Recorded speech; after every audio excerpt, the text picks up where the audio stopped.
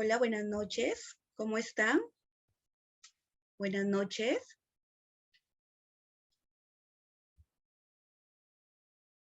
Hola, buenas Buenas noches. noches, profesora. ¿Cómo está? ¿Qué tal? ¿Cómo están? ¿Cómo les va? Cansado, seguro. De mi parte, todo bien, gracias a Dios. Qué bueno, me alegra. Vamos a empezar el día de hoy. Es nuestra cuarta sesión, ¿no? Entonces, ya nos queda la mitad, esperando que ustedes estén adquiriendo conocimiento, ¿no? Estrategias para cómo de una y otra forma abordar con los diferentes problemas, ¿no? En los niños y adolescentes. Y muchas veces también aplicarlo con nosotros mismos, ¿no? En nuestros hogares, con nuestros hijos, con nuestros familiares. Bien, entonces el día de hoy vamos a ver el cuarto tema que es muy importante sobre el tratamiento terapéutico conductual para los trastornos de conducta en niños y adolescentes. El día de hoy vamos a trabajar lo que es los problemas conductuales, ¿verdad? De qué manera voy a abordar estos diferentes casos que se nos presentan en nuestra vida diaria. Para ello, antes que nada, bueno, el objetivo de la sesión, como ya sabemos, en todas las sesiones, detallar particularidades de la clínica comportamental con niños y adolescentes y una síntesis sobre el estado del tratamiento de trastornos de conducta a través de las técnicas y las fichas de trabajo. Hasta aquí, por ejemplo, ¿qué temas hemos visto anteriormente? ¿Alguien me podría comentar, me podría decir qué es lo que hemos visto anteriormente en las anteriores sesiones?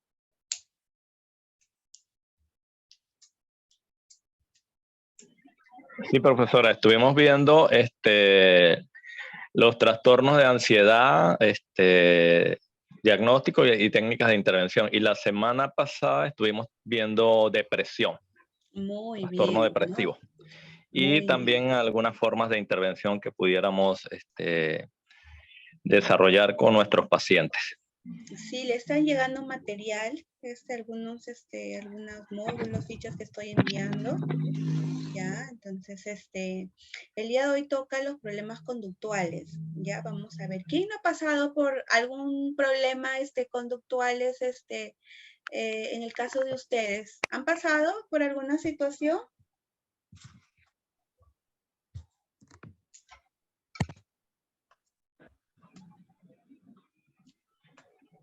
¿Alguien de ustedes, ha pasado un problema ya, a veces decimos, ¿no? Ya no puedo con este niño, se porta muy malcriado, hace sus berrinches, hace sus rabietas, ¿no? Sus conductas disruptivas, ¿no? Y muchas veces nos dicen, ya no puedo, ya no sé ni qué hacer porque ya he aplicado muchas técnicas y ninguna funciona. ¿Alguien de ustedes de pronto ha pasado por esta situación? Buenas noches. Bueno, en mi caso sí. Cuando me ha tocado trabajar en colegio, pasó con una niña de 7 años que le costaba mucho prestar atención en clases. Entonces lo que hacía era levantarse y lanzar la cartuchera o salir con su mochila, agarrar los cuadernos de sus compañeros, también lanzarlos. O cuando, por ejemplo, había una clase que era de teatro, ¿no? No quería prestarle atención a la profesora, se iba a una esquina y quería salirse de la clase. Y conductas repetitivas, ¿no? Frecuente, ¿no? Se daban estas Sí, conductas frecuentes, ¿no? era frecuente e intenso. ¿Y qué hicimos? Muchas veces, ¿no? ¿Y qué hicimos? ¿Cómo abordamos? Bien, vamos a empezar con esta frase, chicos. Entonces nos vamos a poner cómodos. Tenemos hasta las 9 de la noche, ¿no? Y bueno, bienvenidos una vez más por el tiempo que ustedes han tenido que quedarse para poder estar aquí adquiriendo nuevos conocimientos, porque el objetivo de nosotros es seguir avanzando, seguir aprendiendo. Nunca vamos a dejar de aprender, como ya lo sabemos, ¿no? Entonces, bienvenidos a cada uno de ustedes. La forma en que nos comunicamos con otros y con nosotros mismos determina la calidad de nuestras vidas, ¿no? Tenemos el autor que lo fundamenta, Anthony Robbins. Entonces muchas veces es como nosotros, como siempre les digo, nosotros las personas somos el modelo, somos el espejo, ¿no? Y que muchas veces nosotros de pronto como padres, ¿no? Es lo primero que nosotros le vamos a enseñar a nuestros hijos en las diferentes áreas de su vida. Entonces, recuerden esto, la forma en que nos comunicamos con otros y con nosotros mismos determina la calidad de nuestras vidas. ¿Cómo estamos con la comunicación? Esto juega un papel muy importante también en la conducta de nuestros hijos o de nuestros usuarios o de nuestros alumnos muchas veces. ¿Por qué tenemos que modificar la conducta del niño o del adolescente? Recordemos que cuando en el proceso de desarrollo y crecimiento, mientras que sea niño o adolescente, podemos hacer modificación de conducta a través de las diferentes estrategias. En el caso de acá que estamos trabajando con el enfoque cognitivo-conductual. Porque ya cuando llega a una edad adulta, en realidad es muy difícil poder modificar conducta, que sí se puede, pero el proceso va a ser un poco más, más lento, ¿no? Entonces, cuando el niño o el adolescente, ¿no? Todavía hay tiempo para poder modificar la conducta y vamos a tener un buen pronóstico y una buena evolución. Bueno, aquí he puesto un video, esperemos que la vez pasada, no sé, está fallando, no sé si será mi audio, pero a ver, vamos a ver.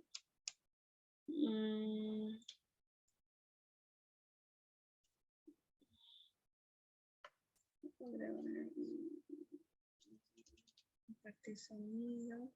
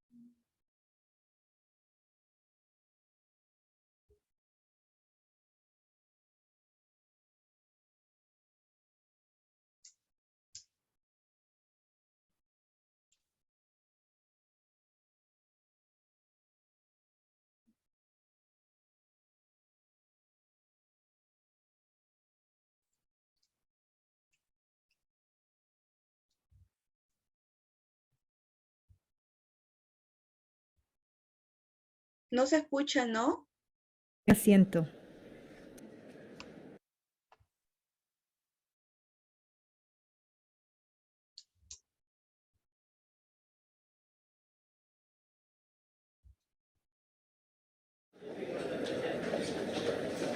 ¿Se escucha? Hola, chicos. Deja de jalarme la ropa. No se escucha. ¿Se escucha? Ya. Sí, sí. Ok, chao. Por favor, tomen asiento. Soy la doctora Arias. Gracias, soy Sara y él es mi hijo Andrés. Gracias por venir hoy, Sara. Hola, Andrés. ¿Sí se escucha? Sí, ahora sí se escucha. Ya, vamos a prestar un poco de atención a este caso, ¿no? Es un caso de modificación de conducta, cómo vamos a intervenir y cómo vamos a evaluar frente a este caso clínico. Hola.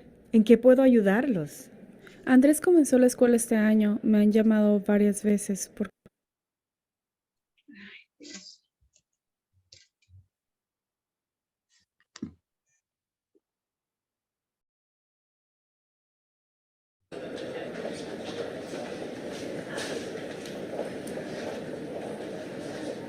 Deja de jalarme la ropa. ¿Cuándo vamos a casa? Ya. Sí, sí. Ok, chao. Por favor, tomen asiento. Soy la doctora Arias. Gracias, soy Sara y él es mi hijo Andrés. Gracias por venir hoy, Sara. Hola, Andrés. Hola. ¿En qué puedo ayudarlos? Andrés comenzó la escuela este año. Me han llamado varias veces porque está causando problemas en la clase.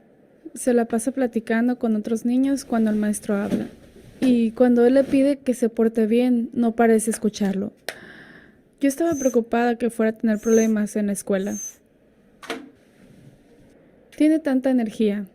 Parece que nada le llama la atención más de unos minutos. Y así ha sido desde que tenía 2 o 3 años. Pensaba que este comportamiento era normal, pero los hijos de mi hermana se portan tan bien. Andrés, ¿es cierto que pasas hablando en clase, aunque deberías estar escuchando a tu maestro? Sí, pero a veces empiezo a hablar y se me olvida del maestro. Ya veo. ¿Tienes problemas con tu maestro? Sí, pero no quiero. Bueno, a ver si podemos entender lo que está sucediendo en la escuela. Andrés, ¿quieres dibujar mientras hablo con tu mamá? Sí. Andrés, di gracias. Disculpe, no debe comportarse así. Así hace todo el tiempo, toma las cosas, corre. Interrumpe a los otros cuando hablan, como si no pensara. ¿Cuáles son los síntomas que Andrés presenta hasta el momento? Los síntomas de Andrés hasta el momento son hiperactividad excesiva, dificultades serias para quedarse sentado, impulsividad excesiva, haciendo cosas frecuentemente sin pensarlo, referencia a atención deteriorada. Antes de preguntar sobre el problema de conducta con más detalles, ¿qué debe preguntar? Pregunte sobre el rendimiento escolar y las rutinas diarias del niño. ¿Están afectados por la conducta hiperactiva y la falta de atención? Comprendo que usted se sienta frustrada. Parece que Andrés ha tenido este comportamiento desde hace un tiempo. Dígame, ¿él ha podido terminar sus tareas? Yo creía que sí las hacía, pero los maestros me dijeron que nunca están completas. Es muy inteligente, pero me dijeron que quizá no alcance a tener las calificaciones necesarias para pasar de año. Mamá, hoy en la escuela dibujó nuestra familia. Y el maestro dijo que estaba muy bien. Andrés, estoy hablando. ¿Por qué no terminas tu dibujo? No puede estar sentado más de 5 minutos. Se distrae fácilmente y siempre tiene que ir a ver qué está sucediendo. Parece que dibuja muy bien. ¿Qué más haces bien? Es muy activo y bueno para los deportes. Andrés, ¿qué deporte te gusta jugar? Me gusta el fútbol y lo quiero jugar todos los días. Excelente.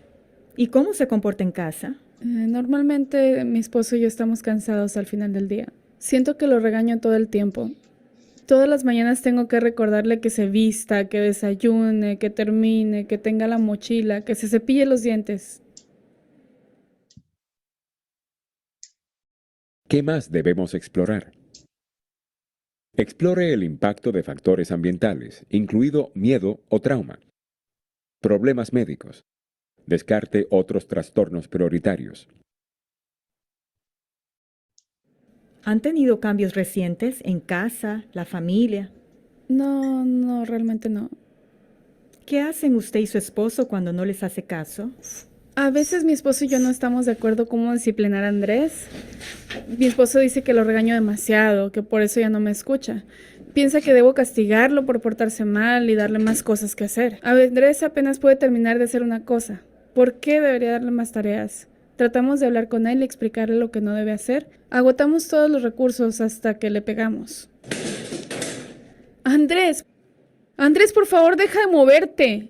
¿Qué buscas en mi bolsa? Ándale, levanta la silla. Siéntate.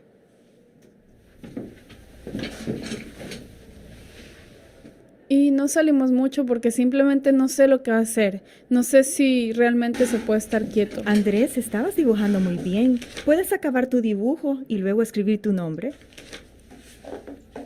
Veo que la mantiene muy ocupada. ¿Puedo hacerle unas preguntas?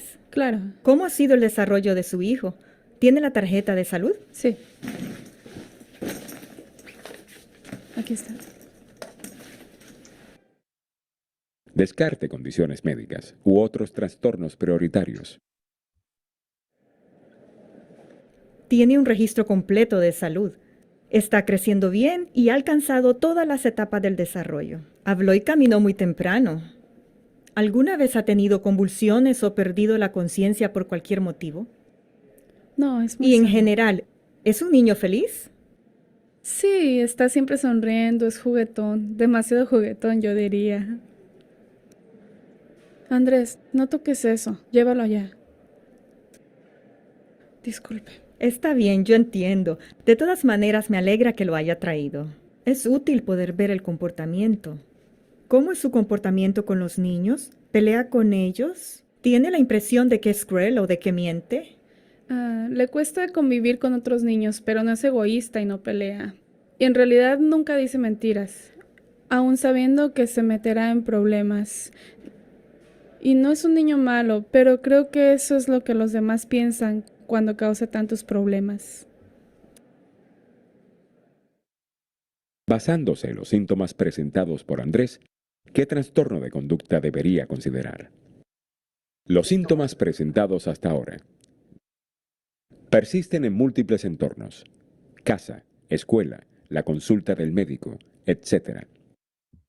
Sobrepasan a los de otros niños de la misma edad y el mismo nivel de inteligencia. Comenzaron antes de los 6 años de edad. Tuvieron una duración de por lo menos 6 meses. Causaron alteración significativa en el funcionamiento del niño. Considere el trastorno por déficit de atención con hiperactividad, TDAH.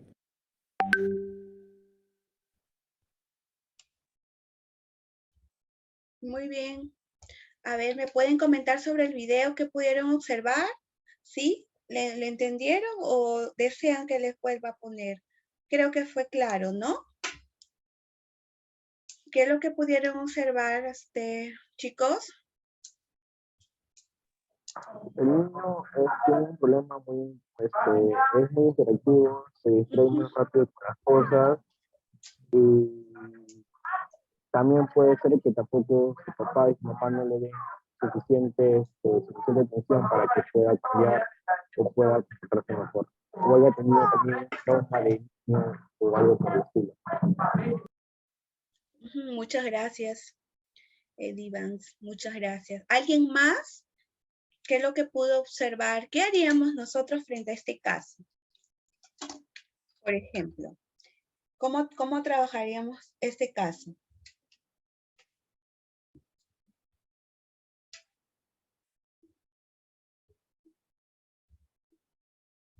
A ver, ¿alguien quiere participar?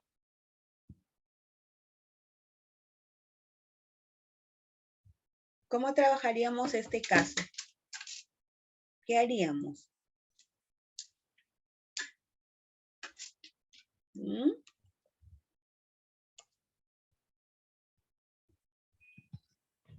A ver, chicos, a ver, por favor, ¿están ahí? Pero primero también tendríamos sesiones, papá y la mamá, para ver qué es lo que tiene en su casa. Porque no solamente ahí habla la mamá, pero no necesariamente también habla el papá también. Muy bien. Claro, sí, muy bien. Entonces, nos van a presentar, este es un caso, por ejemplo, de TDAH, ¿no? Lo que anteriormente, en la clase anterior, una compañera, ¿no? Más o menos, estábamos conversando sobre los diferentes problemas. Por ejemplo, uno de ellos era el autismo, que estábamos hablando un poquito, ¿no? Entonces, se van a presentar diferentes tipos de casos, niños muy desafiantes, niños, como que no quieren obedecer, inquietos, que más adelante vamos a ver los diferentes problemas, ¿no? Conductuales, ¿no? Entonces, ¿y qué entendemos por problema, problema conductual? ¿Qué entendemos nosotros? ¿No? Los problemas conductuales constituyen un grupo de síntomas referidos a patrones conductuales o estilos de comportamiento considerados como anormales o disfuncionales cuando esta conducta muchas veces es frecuente, ¿no? Bueno, nosotros nos vamos a tener que observar al niño o al adolescente, ¿no? Entonces, ya esta conducta, decimos, no es normal, como que se está presentando anormal o muchas veces disfuncional por parte de un individuo o grupo social, teniendo un carácter perturbador para otras personas, porque si bien es cierto, como ustedes podían ver en el video, el niño de una y otra forma estaba estaba presentando las conductas, ¿no?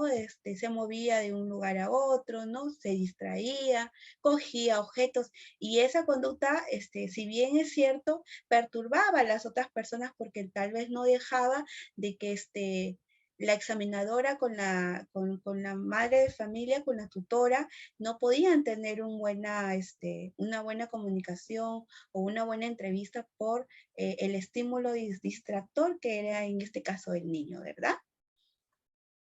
Entonces podemos decir también que se caracteriza por una actitud agresiva, una actitud desafiante, una actitud oposicionista, una actitud muchas veces también antisocial, que se presenta con variaciones en la gravedad.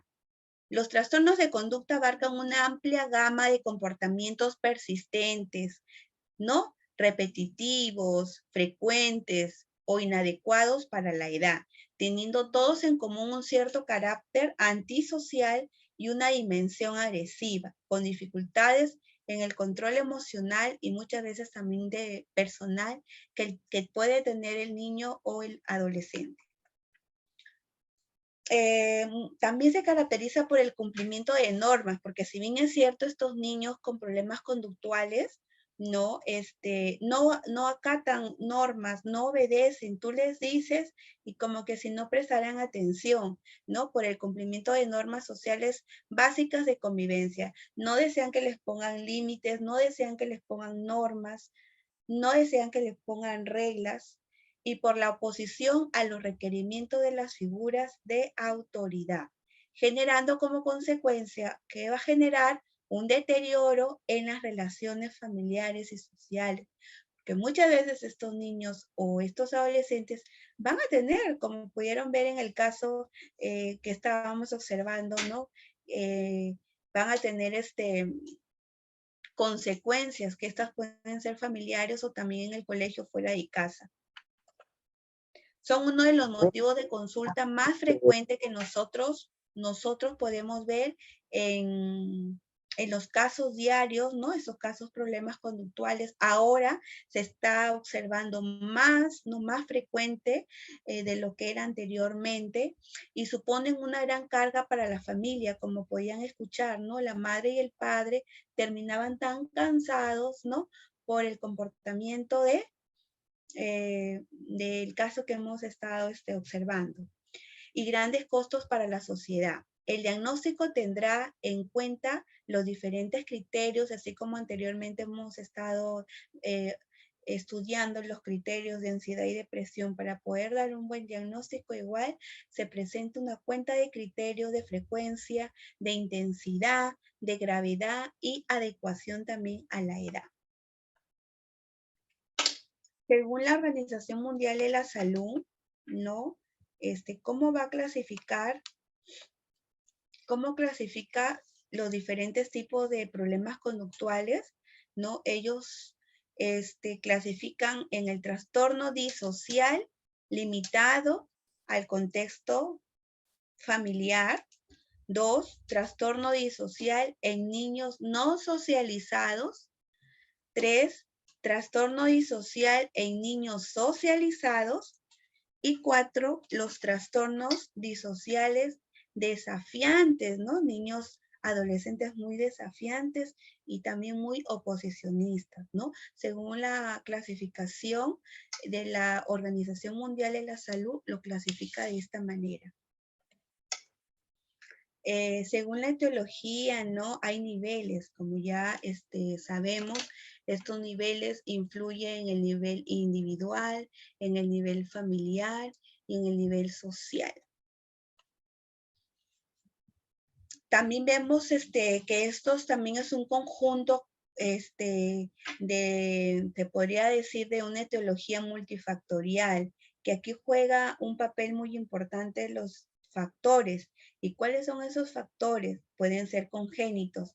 Congénito quiere decir que muchas veces cuando decimos, ¿no? Es una de las preguntas muy importantes cuando estamos haciendo la anamnesis. Y señora, o señor, ¿y usted cómo ha sido cuando era niño? ¿Cómo ha sido su comportamiento? ¿No? Porque muchas veces también heredamos un 15 a 20%, pero El resto se va construyendo, se va moldeando la conducta. Ahora, congénitos pueden ser hereditarios, también podemos ver prenatales y los perinatales, que quiere decir el ambiente donde el niño o el adolescente se va a desarrollar, se va a desenvolver. ¿Cuál es el ambiente? El ambiente influye mucho, en realidad, mucho en el ser humano. Ahora, cuando son niños y adolescentes, influye más que cuando somos adultos. Uno de los factores psicológicos, ¿no? El temperamento regulado biológicamente, muchas veces cuando también los vínculos entre papá y mamá o en la familia son vínculos inseguros muchas veces, ¿no? Podemos ver este tipo de problemas de conducta. Las funciones neuropsicológicas, por ejemplo, podemos ver el déficit en las habilidades verbales, ¿no? Los niños no son capaces de poder expresar lo que sienten, la impulsividad, la desinhibición comportamental, los trastornos en la maduración cerebral, déficit en el procesamiento de la información social, ¿no? Muchas veces demoran al procesar la información. Pobre resolución de problemas, no tienen capacidad para poder resolver un problema que está presentando en esos momentos. Pobres habilidades sociales, ¿no? Las habilidades sociales que también más adelante lo vamos a ver,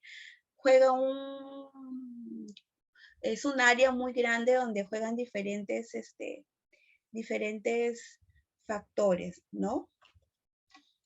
Dentro también de los factores psicológicos es cuando vemos problemas conductuales en niños y adolescentes, es cuando hay una carencia de las reglas, como siempre les digo, y no me voy a cansar de decir, en los niños y en adolescentes, las reglas, los límites, las normas de convivencia juegan un papel importante dentro y fuera de la casa.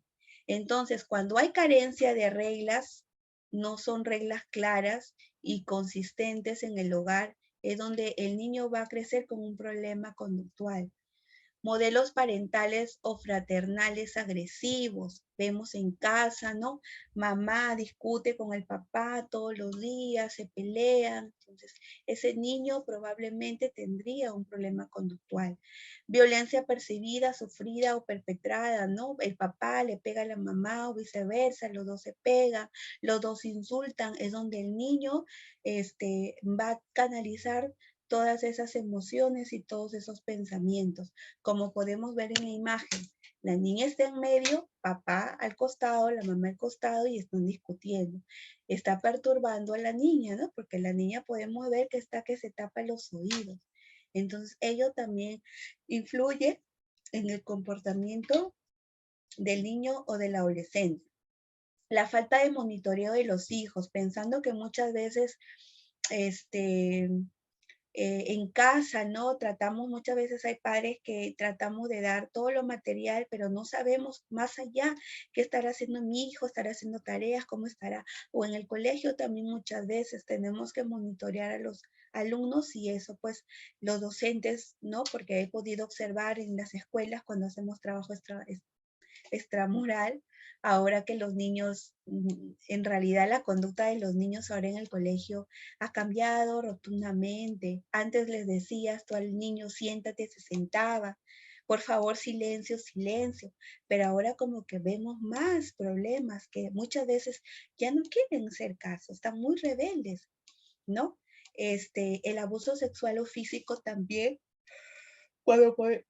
cuando tenemos un víctima o una víctima que ha sido abusado sexualmente, ¿no? O es maltratado o maltratada físicamente, obviamente que también podemos ver un problema conductual en niño o en el adolescente. Modelaje a partir de los medios de comunicación, también, ¿no? Que es lo que nuestros hijos están, que están viendo, ¿no?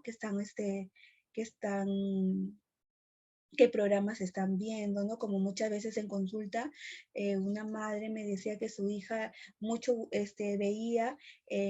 veía películas de terror y que muchas veces cuando amanecía, como que se perturbaba, empezaba a tener miedo, ¿no? Entonces, por favor, tratar que muchas veces ver qué programas o qué medios de comunicación están observando nuestros hijos, porque ellos también juegan un papel muy importante. Recordemos, y lo saben, porque muchas veces lo he dicho, los niños aprenden. ¿Cómo van a aprender los niños? Chicos, ¿cómo van a aprender los niños? ¿Están ahí? ¿Cómo aprenden los niños? Por imitación.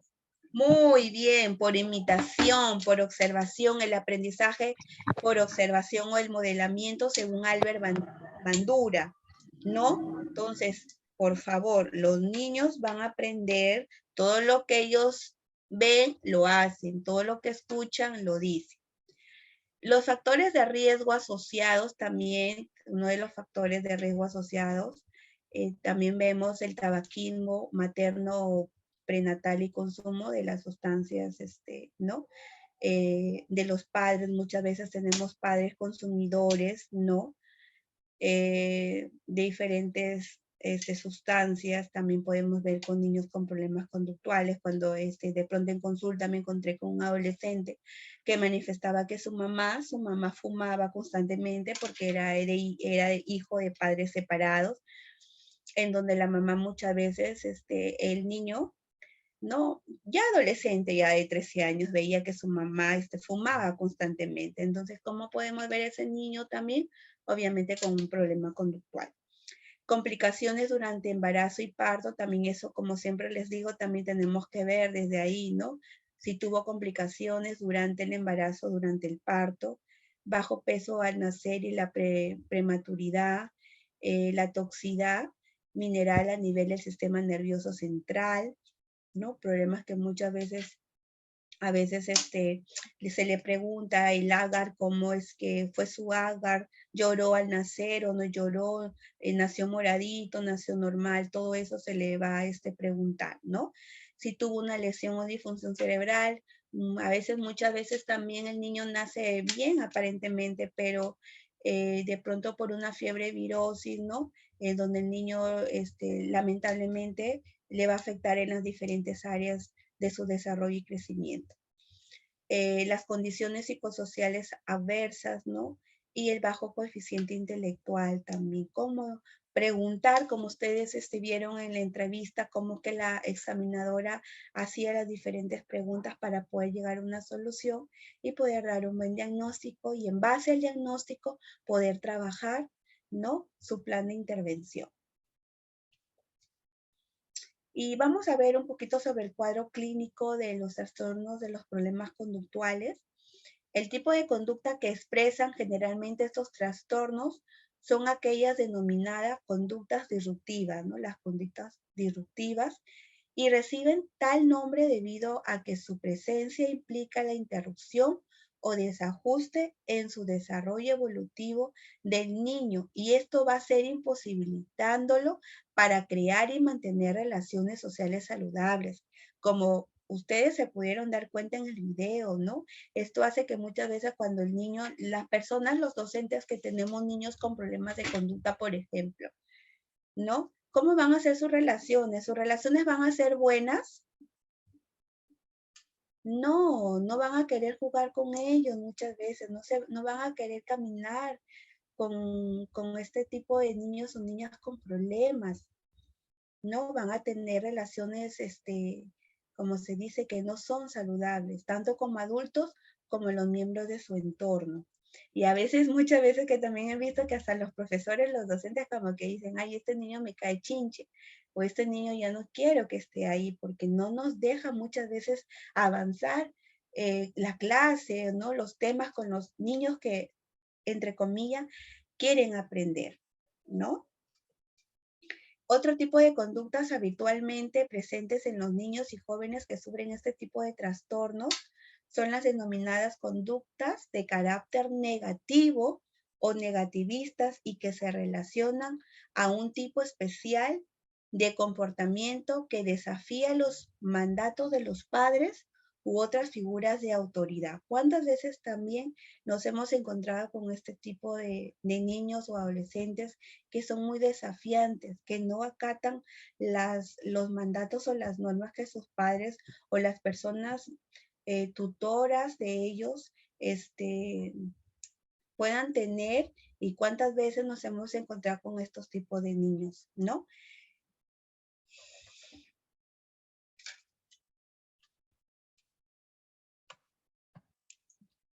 Entonces vamos a ver más o menos la presentación clínica que nos dice el DSM-5, ¿no? Que actualmente es el que que nos acompaña. Según el DSM-5, dos formas de inicio. Los problemas conductuales, hay dos formas de inicio, uno que se da en la infancia. Se da en la infancia antes de los 10 años de edad. Y en la adolescencia, ¿no? Se da antes de los 10 años de edad y en la adolescencia. El trastorno de conducta de inicio temprano se da más en los varones, ¿no? En los varones mayormente vemos más casos en los varones que en las mujeres. El trastorno de conducta de inicio temprano se da más en los varones, siendo ¿cuál? La característica, la agresividad más intensa, las relaciones conflictivas con sus compañeros, y muy común en niños con TDAH asociado y precedido en ocasiones por el trastorno oposicionista desafiante, que ese es otro tipo de trastorno, ¿no? Dentro de los problemas conductuales.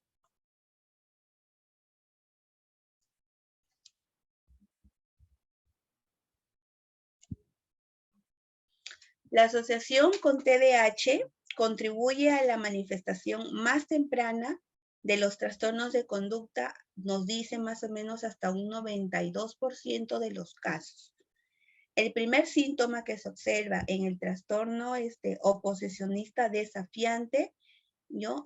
Y en los trastornos conductuales es el oposicionismo, al que se añade después de la hiperactividad, luego se añade la hiperactividad en el trastorno oposicionista desafiante y la agresividad que se da mayormente en el trastorno conductual. La presencia de testarudez aparece muy pronto, a los 3 años más o menos, siendo seguida por las rabietas y reacciones coléricas que se da a los 5 años. Vamos a ver más o menos, ¿no? Discusiones cerca a los 6 años, mentiras a los 8 años, maltrato a otros niños a los 9 y muchas veces también estos niños o adolescentes hay robo a los 12 años, ¿no? También en consulta cuántas veces nos ha pasado, señorita, mi hija cogió dinero, después, bueno, nuevamente la semana pasada cogió dinero y así sucesivamente y no pide, no informa, sino que coge, ¿no? Más o menos esta es la línea, ¿no? Por otro lado, el inicio en la adolescencia de los trastornos de conducta es más común en las mujeres. Ahí podemos ver que al inicio de la adolescencia, los trastornos de conducta es más común en las mujeres.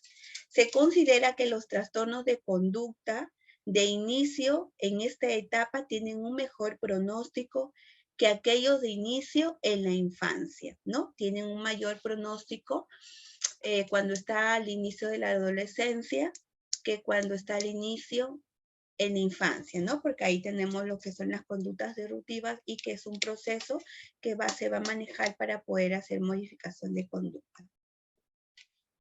Ahora vamos a ver más o menos el trastorno oposicionista desafiante. Más o menos cuando nosotros vemos un caso, un niño o un adolescente que esté padeciendo un trastorno oposicionista desafiante. Se caracteriza por una actitud hostil y de rechazo hacia las figuras de autoridad, manifestando va a manifestar una actitud oposicionista y desobediente. No va a obedecer ante pautas, normas de educación y funcionamiento, tanto ya sea en la casa, ya sea en el colegio, ya sea en el entorno social, entre otros. Otros síntomas incluyen la irritabilidad en este trastorno oposicionista desafiante, ¿no? El niño o el adolescente se muestra irritable. Las rabietas y accesos de cólera, ¿no? Molestar a otros de forma intencionada. Niños que muchas veces les gusta molestar a otros, pero de una manera intencionada. Actitud discutidora, ¿no? Con visión de que los otros son los que causan los conflictos a causa de su incomprensión, a causa de su intolerancia y a causa a la frustración. Entonces, aquí nosotros nos podemos dar cuenta de un trastorno oposicionista desafiante.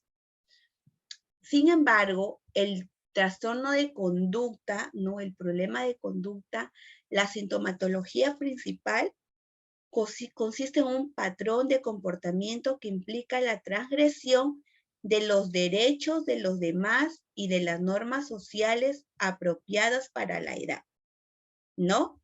Los síntomas se presentan en diferentes ámbitos del paciente: familia, escuela y sociedad.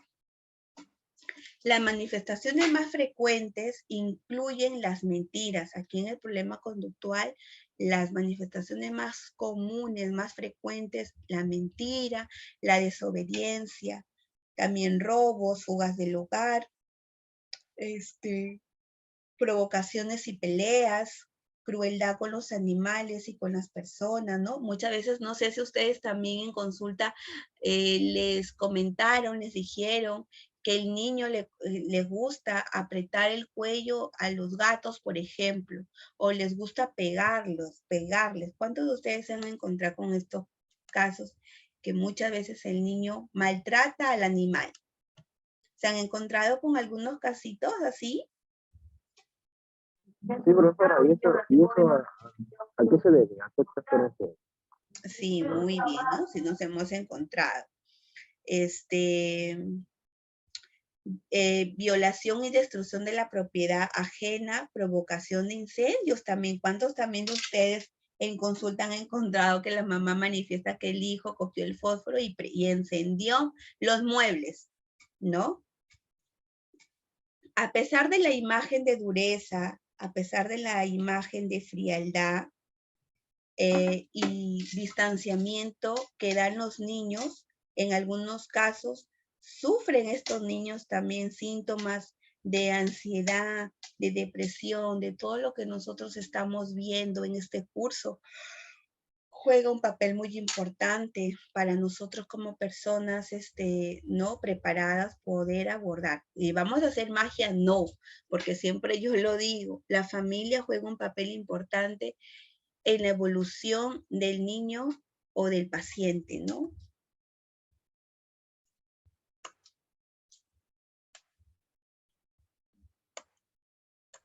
El trastorno disocial limitado al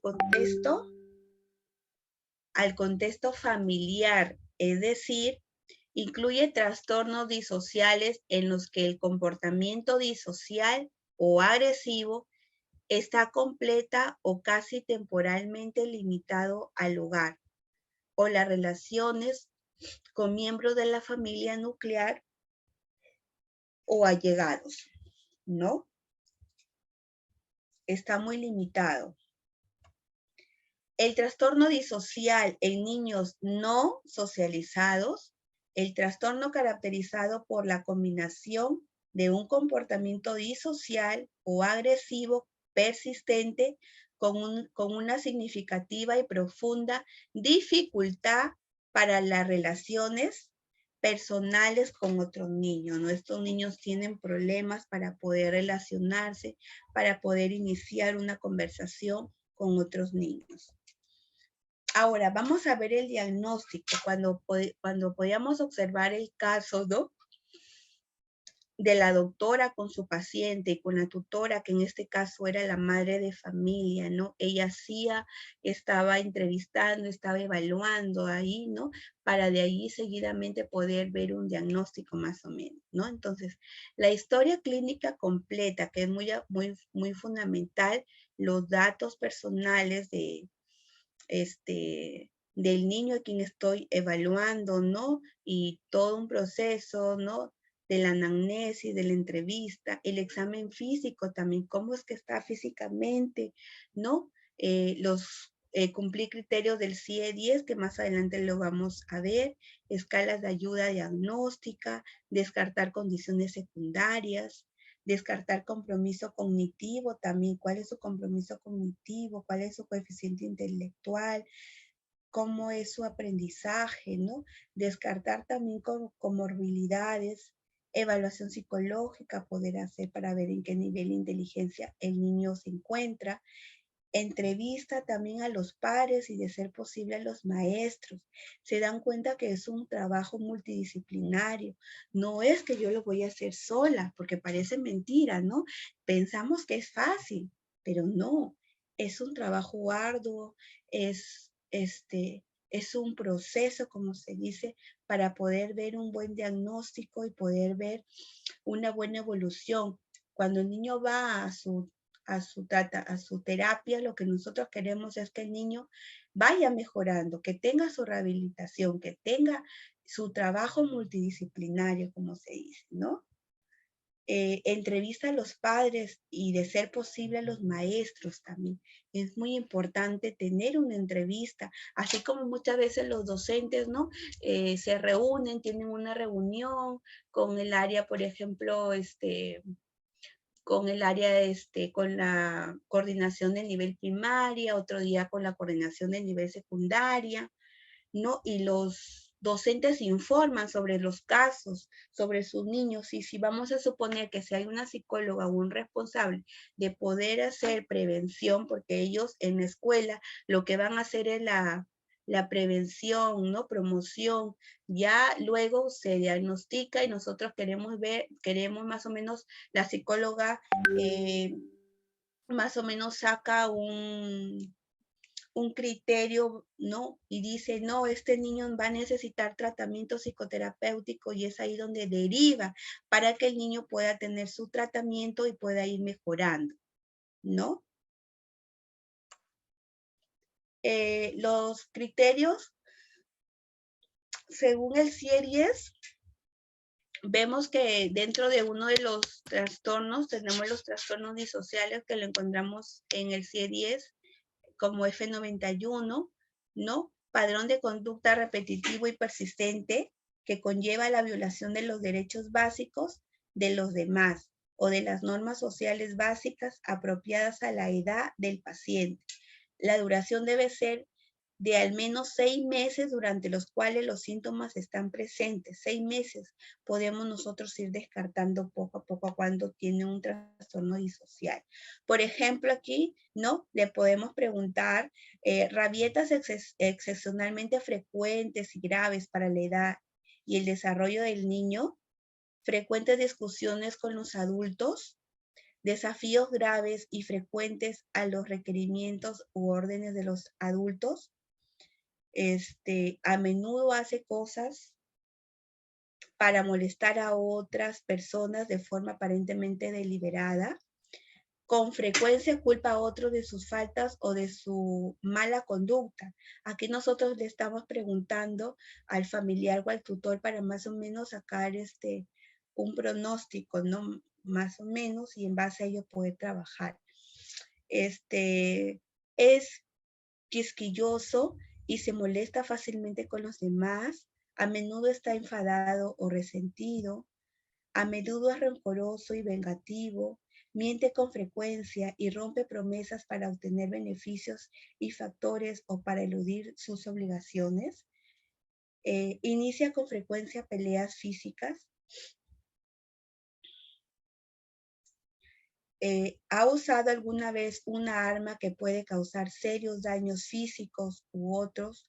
A menudo permanece fuera de casa por la noche o pesar a pesar de la prohibición paterna, crueldad física con otras personas, crueldad física con animales, destrucción deliberada de la propiedad ajena, ¿no? Incendios deliberados con la intención de causar serios daños, robo de objetos de un valor significativo sin enfrentarse a la víctima, sea en el hogar o fuera de él, ausencias reiteradas al colegio que comienza antes de los 3 años y abandono del hogar al menos en 2 ocasiones o en una ocasión es más de una noche. Entonces, más o menos nosotros cuando estamos en la entrevista, haciendo la anamnesis, ¿no? Tratando de tener un buen rapport con la tutora del niño, vamos más o menos a trabajar este pequeño, ¿no? Cuestionario con algunas preguntas para deducir y poder sacar el diagnóstico correspondiente.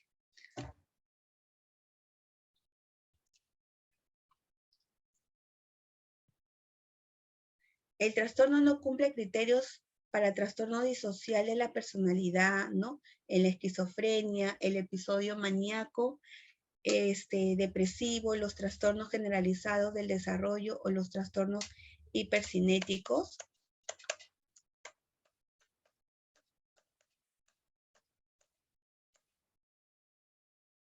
No estamos viendo los trastornos disociales en niños no socializados.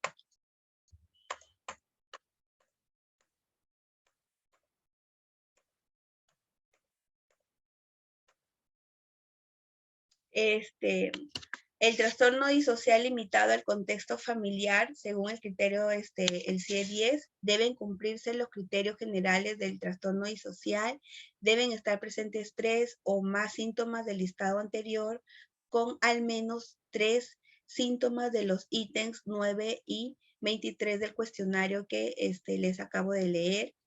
Al menos uno de los síntomas debe de haber estado presente por lo menos durante 6 meses y la alteración disocial se limita al medio familiar. Recuerden, al medio familiar, al ambiente donde el niño y el adolescente va a crecer, se va a desarrollar, va a aprender a caminar, va a aprender a hablar, y etcétera, y etcétera. Los trastornos disociales en niños socializados, según el CIE-10, deben cumplirse los criterios generales de trastorno disocial. Debe estar presente 3 o más síntomas del listado anterior, o al menos 3 síntomas de los ítems 9 y 23. Al menos uno de los síntomas debe de haber estado presente por lo menos durante los 6 meses. Los trastornos de conducta incluyen al ámbito extrafamiliar y las relaciones con compañeros dentro de los límites normales. El trastorno disocial oposicionista desafiante, según los criterios del CIE-10, deben cumplirse los criterios generales de trastorno disocial, ¿no? De la misma manera, deben estar presentes 4 o más síntomas del listado anterior, aunque no pueden estar presentes más de 2 síntomas de los ítems 9 y 23. Los síntomas del criterio B deben ser maladaptativos o inadecuados para el nivel de desarrollo del niño, y al menos 4 de los síntomas debe de haber estado presente por lo menos igual durante los 6 meses, ¿no? Muy bien, eso es lo que anteriormente estábamos viendo, la clasificación de los problemas conductuales. Entre el diagnóstico diferencial, pues no, muchas veces tenemos el trastorno por déficit de atención e hiperactividad, lo que vimos en el caso al principio, los trastornos hipercinéticos, los movimientos constantes, los movimientos repetitivos, los trastornos del estado de ánimo también, los trastornos de ansiedad, ¿no? El trastorno generalizado del desarrollo de la esquizofrenia también, el trastorno disocial de la personalidad y abuso de sustancias, según el diagnóstico diferencial. También juega un papel muy importante lo que es la comorbilidad. Aquí nosotros, en cuanto a la comorbilidad, destacan los trastornos psiquiátricos, y las enfermedades neurológicas. Los trastornos psiquiátricos asociados podemos encontrar la depresión, la ansiedad, el trastorno psicótico, el trastorno bipolar, los trastornos obsesivo-compulsivos también, consumo de sustancias psicoactivas, el retraso mental, trastorno por déficit de atención o hiperactividad. Ahora, ¿hasta aquí alguna pregunta, chicos? ¿Están ahí? Hola.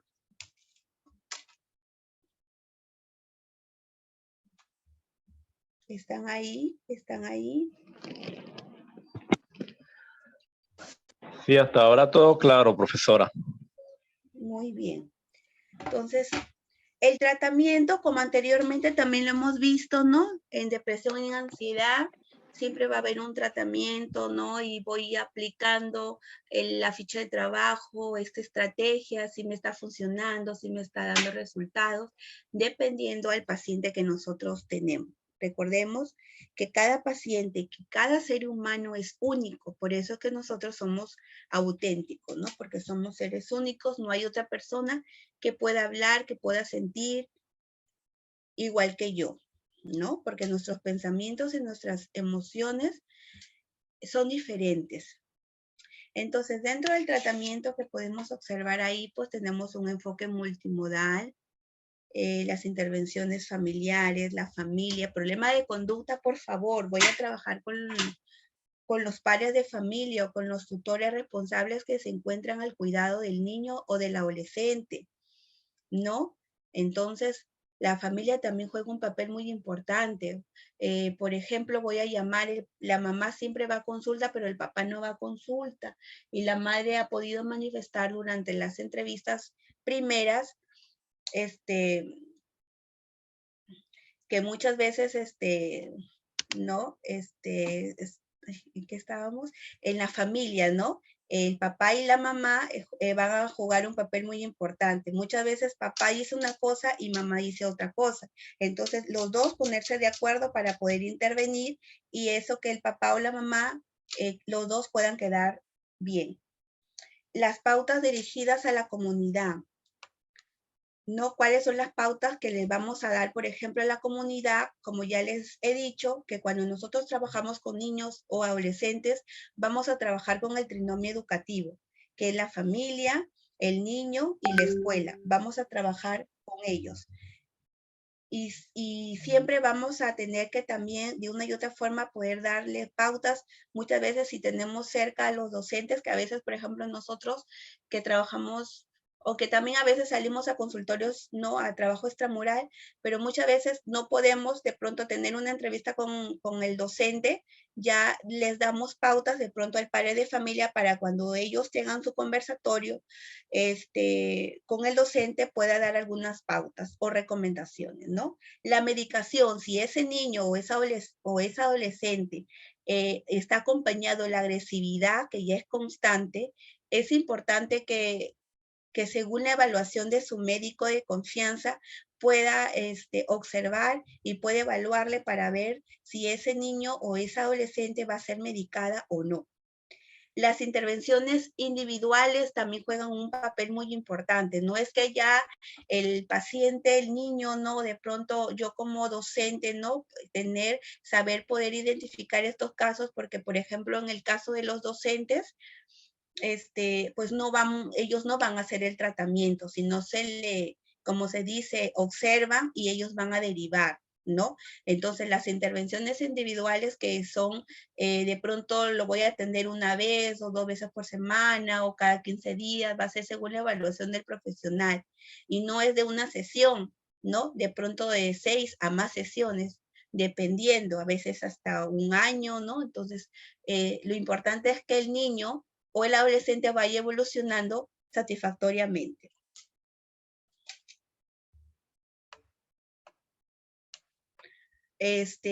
También algo importante, ¿no? Cuando nosotros hacemos la promoción y prevención, en este caso, Cuando tenemos de pronto los colegas, los psicólogos que están en el colegio, hacemos esto. O muchas veces también nosotros, ¿no? En lo que es nuestro centro.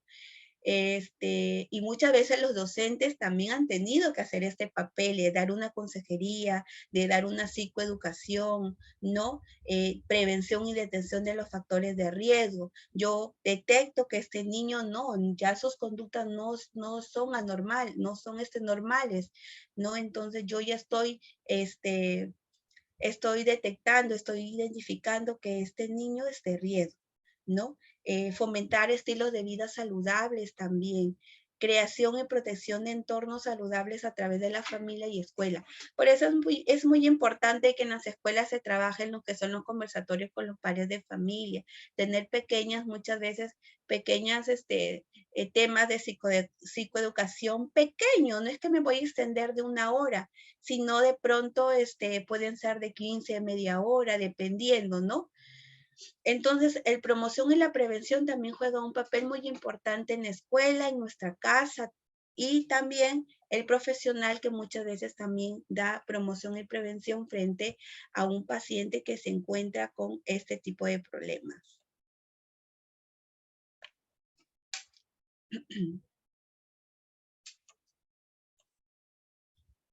Diagnóstico precoz y tratamiento. La evaluación a todo paciente referido del nivel 1 y del nivel 2 y diagnóstico según criterios del CIE-10, ¿no? Determinar la edad de comienzo, no se le pregunta, ¿no? A la tutora, al padre o a la madre, más o menos, cuánto tiempo lleva con estas conductas o desde cuándo inició el niño con estas conductas, determinar la gravedad del trastorno, ¿no? Como ya sabemos, los trastornos o los problemas que son leves, los puede atender los centros de atención de primer nivel, de atención y de segundo nivel. Ya cuando el problema ya es más grave, ¿no? Ya la gravedad posible, es importante que al paciente, en este caso, del niño o del adolescente, lo vamos a referir a un centro especializado donde va a encontrar más ayuda porque se trabaja con el equipo multidisciplinario. Entonces, poder también tener en cuenta ello. El tratamiento psicoeducativo, pues que la psicoeducación familiar sobre los trastornos de conducta, diagnóstico, tratamiento y pronóstico, muchas veces hacer la psicoeducación, ya más o menos le decimos, señora, su hijo está pasando por un problema conductual hipercinético, por ejemplo, señora, su hijo está pasando por un problema conductual, es oposicionista desafiante y así, etcétera, etcétera. Señora, señor, su hijo está pasando por un problema conductual y emocional, ¿no? Entonces ya le vamos a hacer, porque muchas veces el padre no sabe qué es ello, ¿no? Entonces es ahí donde vamos a hacer la psicoeducación, le vamos a hablar sobre el concepto de lo que su hijo está pasando, que hay un tratamiento, ¿no? Y que su pronóstico va a ir evolucionando favorablemente dependiendo a las recomendaciones que yo como profesional le podría dar al padre o tutor responsable. Y también lo que les decía anteriormente, la psicoeducación en la escuela no puede faltar, ¿no? Psicoeducando. De pronto a veces nosotros tenemos conversatorios o círculos de estudio con los docentes y poder hablar sobre un tema específico. Es importante nosotros también saber capacitarnos, ¿no? O de pronto vamos a hacer un taller de prevención y promoción con los niños, por ejemplo, de sexto, de quinto grado, o vamos a tener una escuela de padres, una charla sobre el problema que la profesora, que la docente está pasando dentro y fuera del aula. Entonces, la psicoeducación también juega un papel muy importante. Y bueno, el tratamiento psicoterapéutico, que en este caso, ¿quiénes somos los responsables? ¿Quiénes somos los responsables del tratamiento psicoterapéutico? A ver, estamos ahí. ¿Quiénes somos responsables del tratamiento psicoterapéutico? Los psicólogos. Nosotros, los colegas, ¿no? Y si muchas veces hemos llevado una formación, ¿no? Porque una cosa es ser psicoterapeuta, ¿no? Psicoterapéutica ya es como se dice, ya es abordar el tema más especializado de mi rama, ¿no? De mi rama de pronto yo me voy a especializar o me especializo en el enfoque sistémico familiar, en el cognitivo conductual, y etcétera, ¿no? Y esta persona está especializada. Y que muchas veces también nosotros como psicólogos, de pronto que no tenemos una especialización, sino tenemos algunos cursos, unos diplomados, y tenemos esa habilidad, también lo hacemos, ¿no? Lo que son las terapias individuales, ¿no? Los que les decía anteriormente, vamos a trabajarlas, de pronto yo lo diría, señora, su hijo está pasando por un problema conductual, oposicionista desafiante, y va a ser derivado por el psiquiatra, porque el niño pega constantemente a sus hermanos, pega a los niños. Cuando juega, él quiere ganar, él quiere ser el centro de atención, está muy agresivo, muchas veces él se pega, se autolesiona cuando de pronto no le salen las cosas como él quería. Entonces, su hijo va a pasar también, lo voy a referir con el psiquiatra, y vamos a trabajar 2 veces por semana, y así hasta que vaya evolucionando. Usted también necesita de pronto ayuda también profesional, la voy a derivar a tal. Entonces vamos a trabajar las terapias individuales con el objetivo de poder mejorar su autoestima, vamos a reforzar también las habilidades sociales y la terapia de modificación de conducta, que es la que me importa, ¿no? Las técnicas de autocontrol, por ejemplo, manejo de emociones y solución de problemas que muchas veces a ese niño o a ese adolescente no le enseñaron en casa.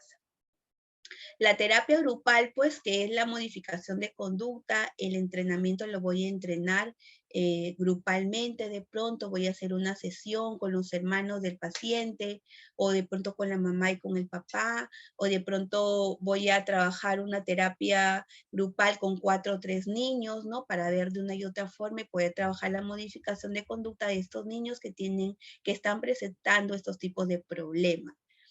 Y la terapia familiar, que juega un papel muy importante. Es por ello que se le llama un tratamiento psicoterapéutico, porque engloba todo este conjunto a este paquete, ¿no? La terapia familiar, que también voy a trabajar con los familiares que se encuentran en convivencia con el niño, ¿no?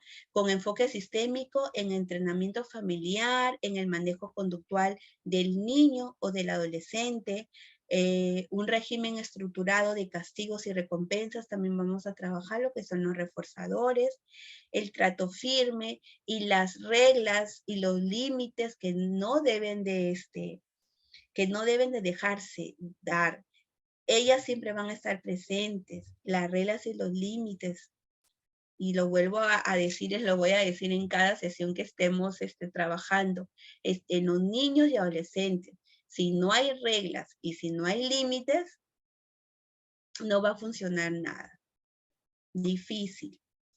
Y como les decía anteriormente, cuando ese niño está acompañado de la agresividad ya constantemente, pues muchas veces va a tener un tratamiento farmacológico, ¿no? Que la medicación se elige en función de la respuesta previa y eficacia del fármaco, ¿no? El psiquiatra en este caso va a ir evaluando qué medicamento, ¿no? Le va a recetar, de este medicamento, por ejemplo, que va a tomar, cuáles van a ser los efectos secundarios que el niño va a tener o el adolescente va a tener, cuáles van a ser las características clínicas, la comorbilidad psiquiátrica.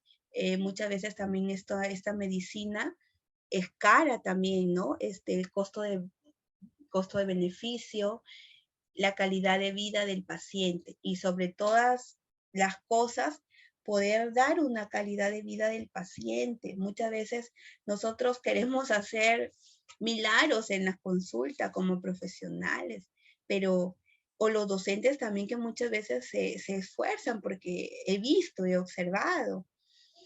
Y muchas veces cuando mandamos a llamar a los padres de familia, pues es lamentable, porque muchas veces decimos, la mamá no está, la mamá se fue a trabajar y llega hasta la noche o de pronto hace semana y llega hasta la próxima semana y la abuela lo tiene a cargo o la tía, el papá no está, el papá es borracho, el papá es alcohólico o el papá muchas veces está en la cárcel o el papá es alcohólico, ¿no? Lo que ya anteriormente les decía. Entonces, es muy importante cuando nosotros empezamos a evaluar ello, nos podemos dar cuenta. Entonces, la consecuencia de mi alumno o de mi usuario, de mi paciente, porque está presentando estos problemas, ¿no? Niños que muchas veces no tuvieron una figura paterna, no tuvieron una figura materna, tuvieron que separarse los padres por diferentes motivos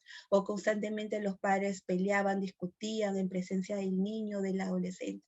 Entonces, ¿qué calidad de vida le estamos dando a nuestros hijos? Y que nosotros los docentes también podemos preguntar a nuestros padres. Hay que evaluarnos qué calidad de vida les estamos dando a nuestros hijos y nosotros nos vamos a poder dar cuenta allí de la conducta del niño o del adolescente.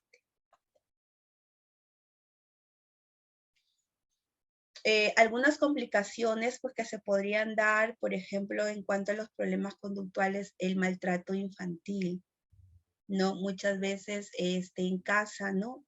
El abuso físico, ¿cómo les estamos corrigiendo?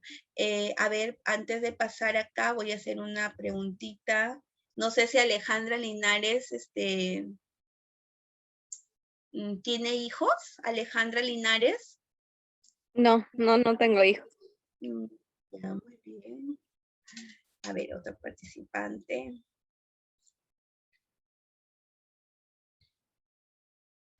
Katy, ¿Katy está ahí? Sí, Katy, hola, ¿qué tal? Buenas noches. ¿Tienes hijos pequeños? sí. ¿Sí? Pequeños no, ya son grandes, pero tengo mi nieto y muchos sobrinos que son chicos. Ya, muy bien. Entonces sí hay experiencia. Sí, ¿Cómo le disciplinas a tus hijos, Katy? ¿De qué manera le vas a disciplinar?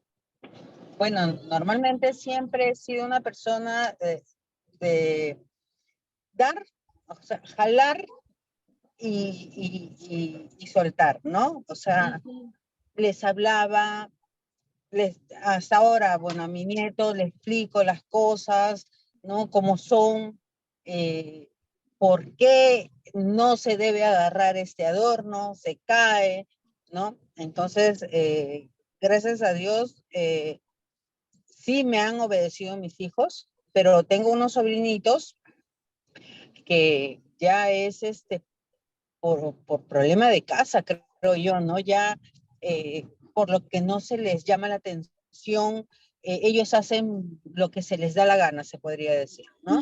Se suben al mueble, suben los pies, no le dicen nada, lloran si apenas los tocan, ¿no? Entonces uno no, bueno, uno quiere reaccionar, pero bueno, lamentablemente no somos sus padres, ¿no?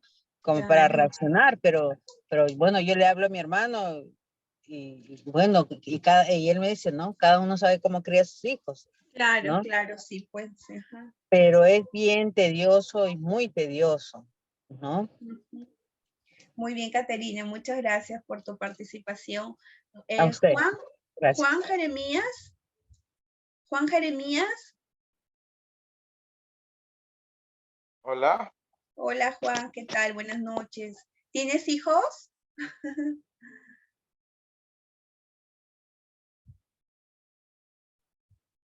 Juan, ¿estás ahí? Aló. Hola, Juan, ¿estás ahí? ¿Me escuchas?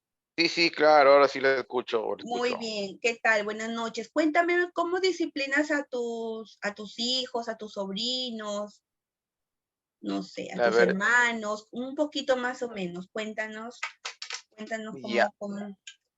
Bueno, la verdad no tengo hijos. Ujú. A ver, con mi hermano, A ver, es que no tengo hermanos ya así menores de edad. De cierto, ahorita yo Ah, también salí ya, tempranamente de mi casa y no tengo sobrinos, sí, pero la verdad es que solamente los visité así un día, 2 días por motivo de trabajo, pero no tengo esa experiencia de disciplina. ya. Cuéntame o cuéntanos.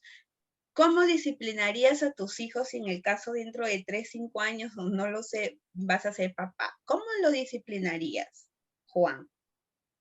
Ya, bueno, yo considero de que en primer lugar, el, el ejemplo es importante, doctora. Ujú. Muy En bien, primer están lugar, aprendiendo.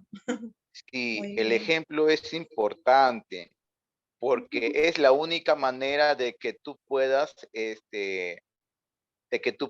ganarte el respeto y que tus hijos, puedan obedecer o en este caso, eh, a ver cómo le digo,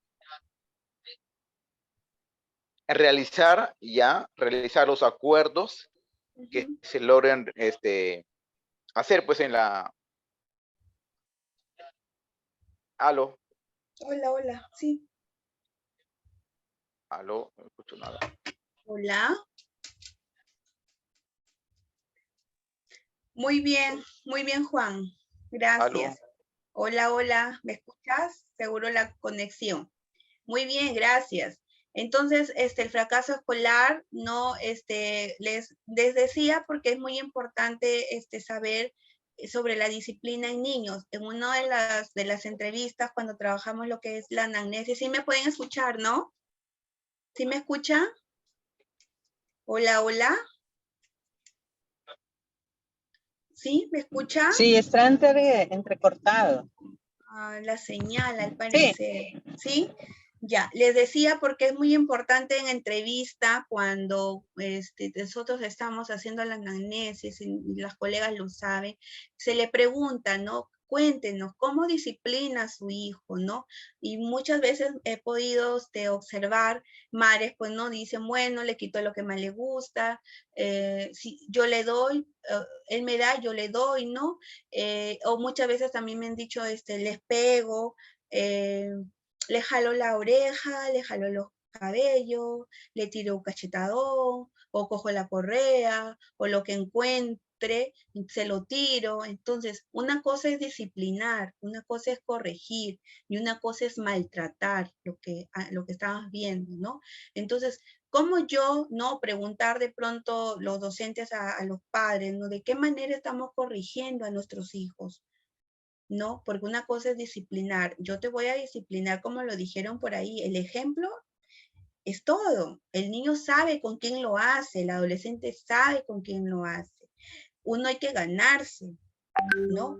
Y que muchas veces esto se va a hacer un hábito de la manera como yo voy a corregir a mi hijo. Entonces, disciplinando, voy a exhortar con amor, ¿no? Pero de pronto a jalar la oreja, tirar una cachetada, jalar, o sea, eso ya no es disciplina, ya nosotros estamos generando violencia que en algún momento cuando ese niño o vaya creciendo, igual va a actuar de la misma manera porque es como yo lo condicioné. Como muchas veces madres he escuchado también que me dicen, si no grito no me hace caso, o si no le pego no me hace caso. ¿Por qué? Porque desde pequeño ya le condicionaste y él va a hacer caso cuando tú gritas, él va a hacer o ella va a hacer caso cuando tú le pegas, recién va a hacer caso. ¿Por qué? Porque ese niño ya está condicionado. Los tiempos han cambiado, también explicarle. Antes tal vez nos pegaban de esa manera, pero ahora estamos en otra generación y así nosotros como padres tenemos que ir actualizándonos, tenemos que ir viendo herramientas, estrategias de cómo yo voy a llegar a mi hijo. Y una de las cosas que siempre digo, pues nosotros somos el espejo somos el modelo. No somos perfectos, pero vamos a tratar de impartir desde pequeñitos que esos niños van creciendo las normas, los límites y los hábitos.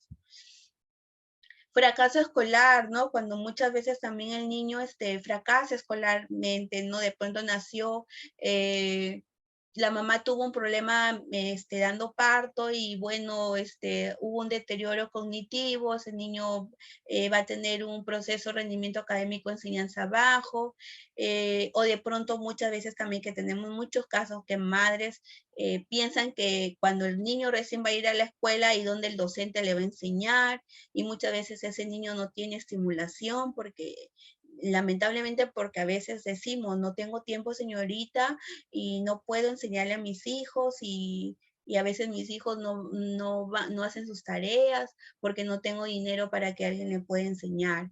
Entonces es ahí donde también vamos a ver un problema conductual mediante el fracaso escolar, el abuso de alcohol y drogas también, a veces en los adolescentes, niños de 11, 12 años que muchas veces ya están consumiendo alcohol. Y pues muchas veces hay también los problemas legales, ¿no? Entre pareja, ¿no? Entre pareja, entre padres, están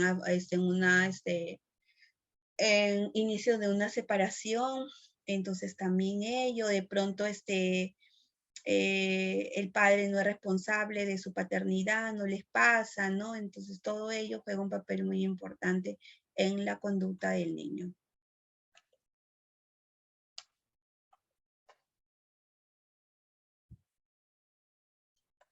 Y bueno, el pronóstico, ¿no? Que es lo que queremos saber. ¿Y cómo será el pronóstico? El curso clínico de un niño o un adolescente con trastorno de conducta es variable. Recordemos, es variable. La gran mayoría de los casos leves y moderados desisten de sus malas conductas conforme avanza su edad, ¿no? Va a ser dinámico. Mientras que los casos severos y crónicos siguen teniendo problemas en su vida adulta, ¿no?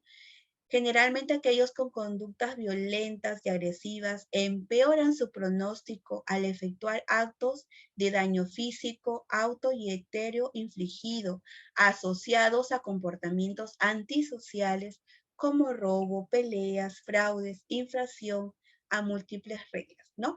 Va a depender de, te digo, el proceso, ¿no? De la evolución que el niño vaya teniendo en su tratamiento, como lo vimos anteriormente, en su tratamiento psicoterapéutico. Y bueno, también acá tenemos algunas herramientas, ¿no? Igual se les va a dar el material, unos PDFs, ahí yo selecciono solo algunas, ¿no?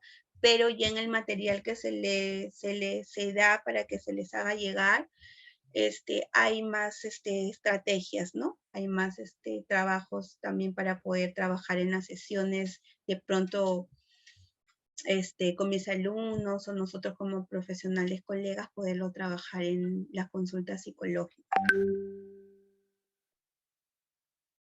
Entonces vamos a ver algunos problemas de conducta, algunas intervenciones, algunas fichas. Por ejemplo, esta es una ficha del control del enojo, ¿no?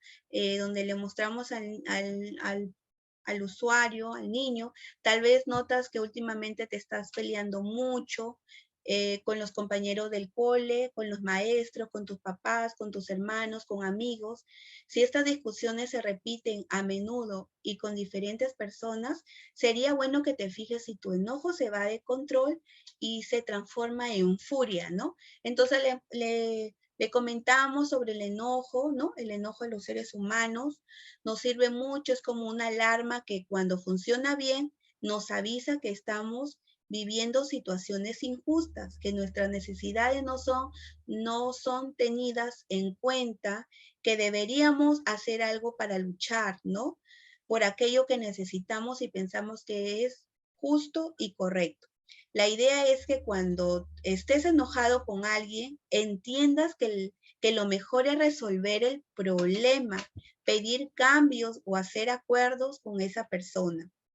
¿No? Descargarte,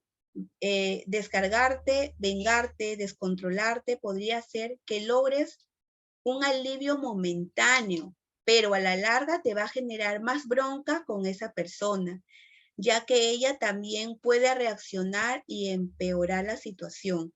Cuando la alarma del enojo funciona mal, suele activarse a menudo y con una intensidad demasiado grande, dificultándonos ver las cosas con claridad y en ocasiones haciéndonos reaccionar por demás. Entonces eso nosotros podríamos trabajar en la primera sesión explicándole a nuestro niño, a nuestro adolescente sobre el enojo. Algunas personas creen que la bronca es algo que hay que descargar y entonces les parece bien explotar. En realidad la bronca es una bomba que conviene desactivar, porque cuando explota todo salimos lastimados, ¿no? Entonces es una ficha que podemos empezar ahí con el tratamiento para explicarle al usuario.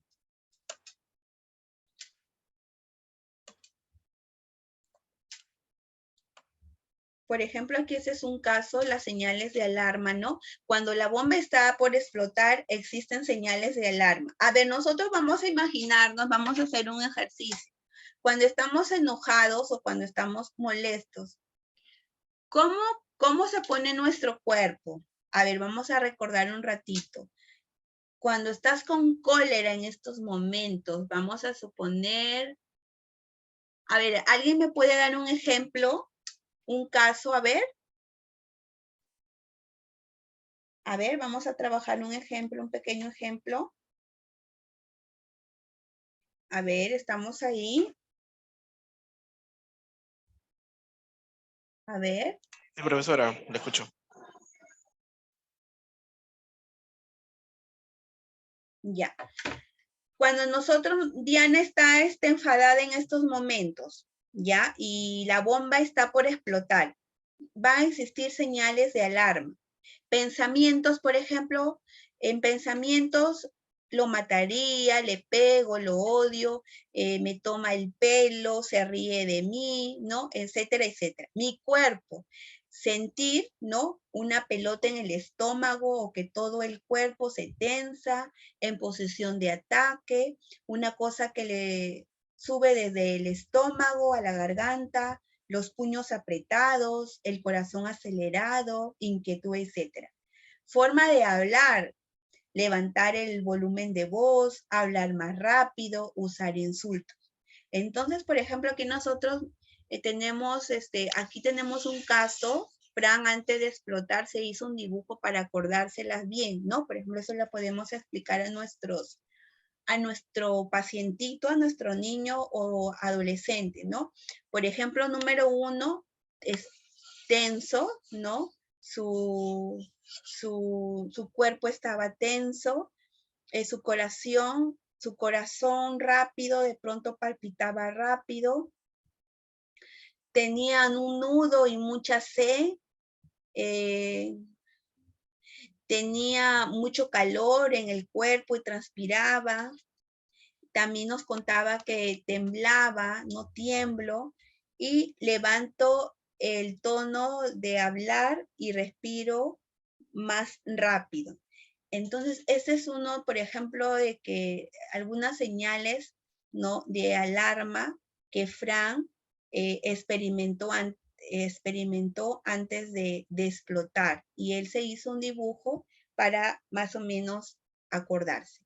Entonces yo les digo, vamos a ver, nos vamos a imaginar y cuando nosotros nos enojamos, ¿cómo estamos?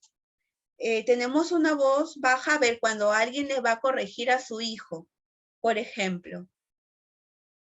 Su hijo hizo algo, hizo una pataleta, una conducta disruptiva. ¿Y cómo nos ponemos?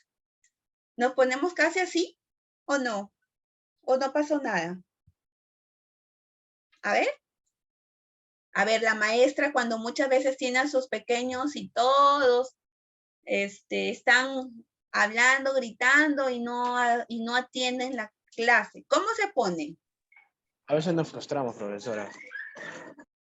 Nos frustramos, ¿no? ¿Qué más? A veces no sabemos qué hacer, a veces queremos salir del aula, todo eso. Muy bien. Entonces, muchas veces, este es un ejemplo que podemos, a veces la acción depende del episodio. Claro, a veces la acción depende del episodio, ¿no? De la situación que se puede dar. Y obviamente porque somos humanos, nosotros los adultos reaccionamos, nuestro cuerpo reacciona, ahora los niños, nos vamos a imaginar. Entonces, eso podemos también hacerlo en consulta dentro del tratamiento psicoterapéutico, las señales de alarma, explicándoles, ¿no? Cuáles son más o menos las señales que tenemos, que nos sentimos cuando explotamos, ¿ya? Para que el niño vaya entendiendo mejor. Por ejemplo, aquí, estas señales u otros parecidos pueden ser tus típicas. Alarmas de enojo. A continuación puedes escribir cuáles, ¿no? Cuáles tienes cuando estás por explotar. Y vamos aquí, les brindamos una ficha y ponemos en tus pensamientos. ¿Cuáles serán tus señales de alarma cuando estás enojado, ¿no? Tu cuerpo, ¿cómo se pone tu cuerpo? Forma de hablar, ¿cómo es tu forma de hablar?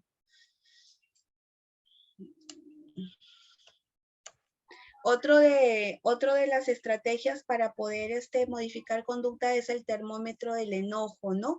Del 1 al 10 te proponemos que en diferentes situaciones aprendas a medir la temperatura de tu enojo. Cuando sientas bronca, piensa del 1 al 10 cuán enojado estás, ¿no? 1 totalmente en paz, 2 todavía tranquilo, 3 inquieto, 4 algo malhumorado, 5 molesto, 6 enojado, 7 muy enojado, 8 furioso, 9 descontrolado y 10 exploté.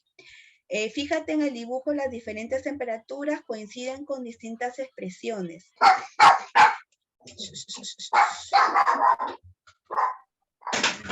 Por ejemplo, podemos decir, del 0 al 3 estás tranquilo, ¿no? En estos casos, tu alarma de enojo te indica que si hay un problema, no tiene demasiada importancia y puedes dejarlo pasar.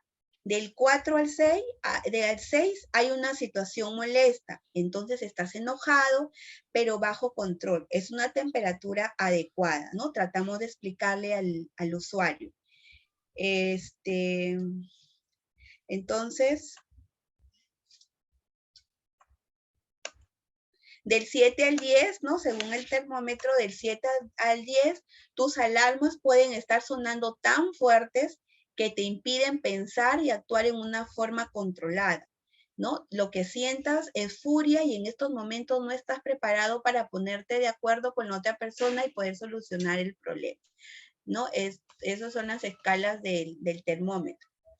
Otra técnica es la técnica del Buda, ¿no? Te proponemos que uses estas estrategias para bajar la intensidad de tu enojo y recién después, cuando estés en 4, 5, 6, intentes resolver el problema. Salir, por ejemplo, le podemos decir al niño, ¿no?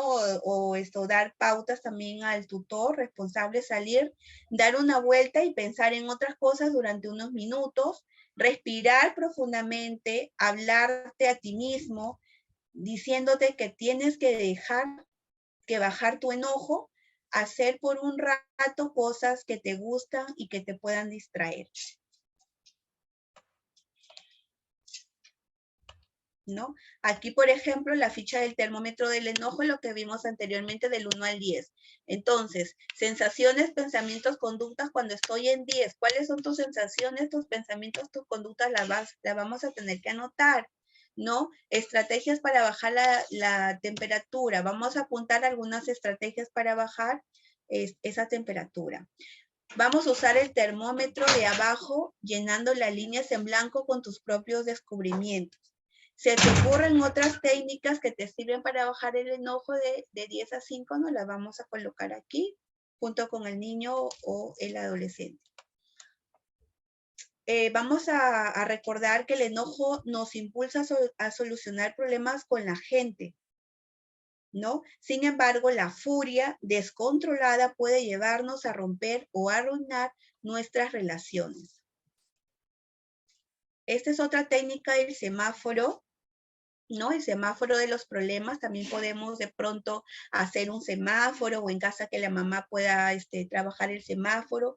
Ya aprendiste a reconocer tu grado de enojo y estrategias para controlar tu temperatura emocional. Ahora puedes entrenarte en otra habilidad importante al afrontar conflictos. Parar y pensar varias alternativas antes de actuar, ¿no? Por ejemplo, cuantas más alternativas piensas para solucionar un problema, más probabilidades tienes en lograr buenos resultados, ¿no? Paro, por ejemplo, respiro, doy una vuelta, pienso 3 alternativas, no le doy importancia, discuto después y actúo, doy una vuelta, ¿no? Retoma la discusión más tranquila. Por ejemplo, vamos a ver los colores del semáforo. La luz roja, que es donde yo voy a parar, ¿no? Para un instante y respira 2 veces. La luz amarilla me va a indicar que voy a pensar en 3 formas diferentes para solucionar el conflicto, no importa que sean buenas o malas. Por ejemplo, mando a mi mamá al diablo y pego un portazo, por ejemplo. Aguanto calladito y acepto lo que me dice, ¿no? Y así sucesivamente. Y la luz verde elige la alternativa, voy a actuar, no más adecuada. El objetivo es que te entiendan, que consideren lo que tú necesitas y no perjudicar la relación. Entonces, le vamos a decir a nuestro pacientito, te animas a usar el semáforo de abajo y llenar los espacios en blanco después de haber afrontado situaciones complicadas, ¿no? Entonces, tenemos la luz roja, por favor, paro, ¿no? Alto, la luz amarilla, voy a pensar soluciones, ¿no? En 3 alternativas, y la verde voy a actuar. Bueno, aquí no es otra ficha, parar, pensar y actuar. Parar, me están retando, estoy enojado, nervioso, histérico, mi cuerpo está tenso. Piensa, no le voy a contestar porque si no me van a retar, ¿no? Lo voy a ignorar, tengo que controlarme y no reaccionar. Actúa, lo insulté, no me controlé, ¿no? Lo insulté, no me controlé. Resultados, me retaron y me castigaron, ¿no? Por ejemplo, la ficha del semáforo, podemos trabajar esta ficha con nuestro paciente. Recuerda, ¿no? Y le orientamos. Controlar la bronca ayuda a tener las ideas claras. Estas estrategias aumentan las probabilidades de lograr buenos resultados. Ponerse de acuerdo en una discusión depende de factores que no siempre están bajo control. A veces nos va a llegar al acuerdo ideal, a solución que esperabas, ¿no? Ventajas y desventajas es otra de las técnicas. Cuando te imaginas la luz amarilla de atención, piensa en las ventajas y desventajas de resolver el problema de una determinada manera. Por ejemplo, cuando me molestan, ¿qué puedo hacer? ¿No? Cuando me molestan, ¿qué puedo hacer? Las ventajas y desventajas. Darles por ejemplo, cuando me molestan, ¿qué puedo hacer? Darles unas trompadas. Ventajas, lo lastimo. Desventajas, me retan y él la va a seguir. Y así sucesivamente. Aquí tenemos una ficha en donde qué puedo hacer, cuáles son las ventajas y las desventajas de la acción. También tenemos otra de las fichas, los pensamientos, ¿no? Los pensamientos que mantienen mi enojo, las creencias típicas. Aquí tenemos las creencias problemáticas y las creencias más razonables. Por ejemplo, en las creencias problemáticas, las reglas de mis papás son injustas, me arruinan la vida, no me entienden. Y tratando de manejar, no de modificar, las creencias más razonables sería, no me gustan las reglas de mis papás y a veces son injustas, pero a todos los chicos les pasa esto y se arreglan bien, ¿no? Tratamos de modificar la creencia problemática con la creencia razonable.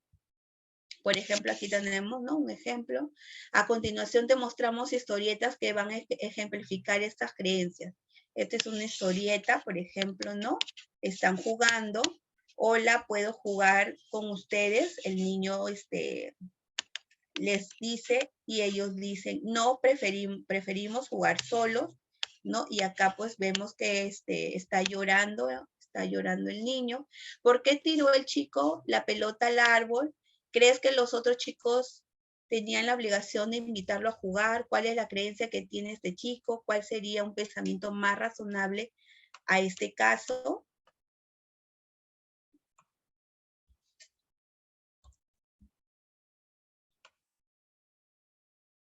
Y por ejemplo, aquí también nosotros podemos crear nuestra historieta. Vamos a crear una situación, nuestra historieta, en el cual nosotros mismos, cuando nosotros mismos estamos enojados, vamos a crear una historieta y vamos, ¿cuál fue tu creencia? Vamos a responder las preguntas establecidas, ¿no? A continuación te mostramos una serie de técnicas para que lo logres, trabajar con los pensamientos, el Fraser del enojo y medir la importancia. Bueno,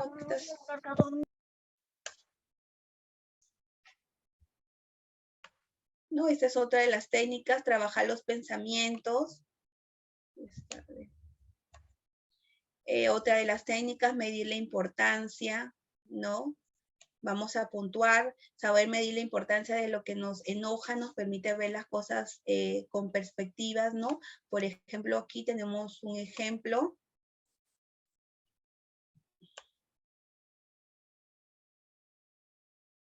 Martín pensaba que era gravísimo, 9 puntos, que la hermana le haya quitado la cartuchera, luego pensó en la vez que más se había enojado, 10 puntos, y después en la vez que menos se había enojado, 0 puntos. Comparo eso con lo que la hermana le había hecho y se dio cuenta, comparó, ¿no? Comparó, y él se dio cuenta que no era tan importante, si bien siguió enojado, lo pudo resolver mejor que de costumbre, ¿no? Entonces, piensa del 1 al 10 qué importancia le das, piensa qué fue lo que más te hizo enojar en tu vida, eso representa un 10 en importancia. Piensa cuál fue el momento que más tranquilo estuviste en tu vida. Teniendo en cuenta estos dos sucesos, ¿qué importancia le das a lo que te pasa ahora, no? Podemos trabajar con los adolescentes, por ejemplo. Forma de decir las cosas para que los otros te entiendan, también es otra de las técnicas. Intenta hablar de lo que te molesta aquí y ahora. Vamos a hablar de la aquí y el ahora. Hablar en primera persona, yo, Diana, a mí, tal. Expresar primero los sentimientos que te produce una determinada acción del otro. Yo siento que, a mí me molesta que, me pone mal que. Definir en conductas y acciones concretas lo que te molesta o necesitas. A mí me molesta que me cargues, me entristece que me llames poco por teléfono, me enoja que no me escuches cuando te hablo, ¿no? Esta es otra de las técnicas también que la podemos trabajar con los adolescentes y vamos a proponer conductas alternativas que podrían mejorar la situación. Sería bueno que los chistes sean sobre otras cosas, no sobre mi físico, por ejemplo, ¿no?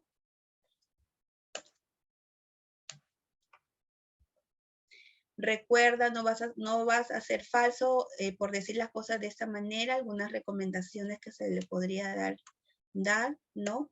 Y quieres ir viendo los progresos en tu guerra contra el enojo, puedes ir completando día a día, siempre no olvidar que cuando modificamos conductas, vamos a trabajar los registros para poder darnos cuenta que la conducta está siendo modificada, ¿no? Entonces, hasta aquí alguna pregunta, chicos, ya estamos en la hora. Hasta aquí alguna pregunta.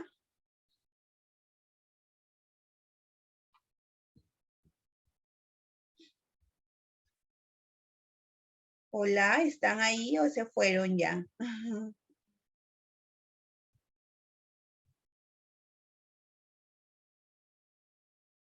Chicos, ¿están ahí? Hola, buenas noches.